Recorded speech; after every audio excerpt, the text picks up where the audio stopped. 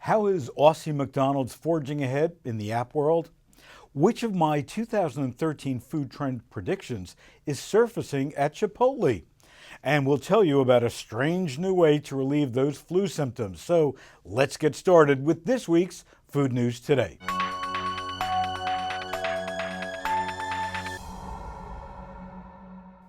Much like soda companies battle image problems in the fight against obesity, fast food restaurants battle image problems over what's really in their food. So McDonald's Down Under is tackling this problem head on by creating an app that allows diners to actually track where the ingredients in their meal came from. There's an app for everything, right?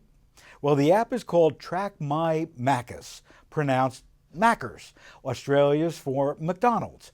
And here's how it works. Using the phone's GPS, it can tell which restaurant you're in. Using image recognition software, it knows what you're about to eat. And by combining this with a date and time, it accesses McDonald's vast and comprehensive supply chain in real time. The app gets tracking in an instant, pinpointing where the ingredients in the food you're about to eat came from. And that's where the fun really starts. Cutting-edge 3D augmented reality brings the data to life. Our restaurant tables turn into stages, letting you pick an ingredient and find out more about it. The story on your phone changes depending on where you are in the country and who supplies that restaurant.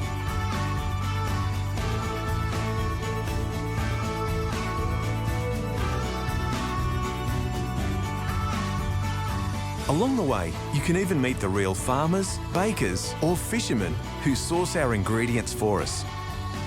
Once you've tracked some ingredients for yourself, you can invite your friends to get tracking too.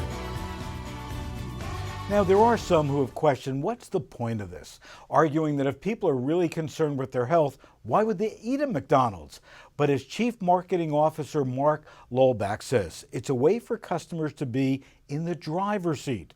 Do you think we'll see anything like this here in the U.S.? Would you want this app? Let me know what you think on Facebook. You may remember that trend number 4 on my top 10 food trend predictions for 2013 was the economy and the new proteins. As food prices for meat-based proteins like chicken and beef increase, I predicted that we're going to see a shift to more meatless options. Well, you might say an example of this is set to hit Chipotle soon. Concerned with the rising meal prices and expanding its vegetarian options, the Denver-based Mexican chain is giving tofu a run as the newest burrito filling. The shredded tofu, or sofritas, will be tested out in a few San Francisco locations. Recently, Chipotle announced that it will likely have to raise prices later this year to combat the rising cost of ingredients. Not to mention, the company's stock recently said its biggest decline since October. So stay tuned. This shredded organic tofu might be the first of many efforts to stay cost competitive. Getting a flu shot, washing your hands to avoid germs, well, we've heard all the tips to try to avoid getting the flu. But what if you already have it? Well, thankfully, Jenny's Splendid Ice Creams has a solution. This Ohio-based company has created the influenza sorbet. Now, just to be clear, this fabulous tasting sorbet won't actually cure the flu, but it definitely will make you feel better. What are the magic ingredients? Honey, ginger, orange juice, and lemon juice, and Maker's Mark bourbon with cayenne pepper added.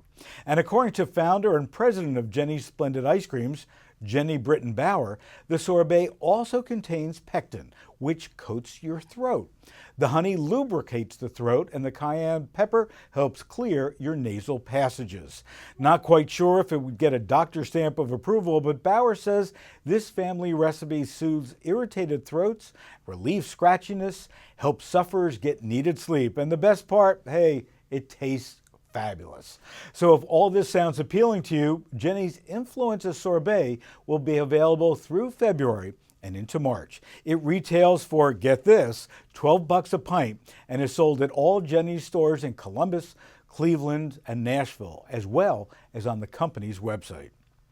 That's all for this week's edition of Food News Today. Don't get the flu, and don't forget to check out our website, supermarketguru.com, and send me a message on Facebook or Twitter. I'd love to hear what's on your food mind. Food News Today is sponsored by ConAgra Foods, who shares with me the desire to provide the most current, interesting, and unbiased food news. Thanks for tuning in, and we'll see you next time.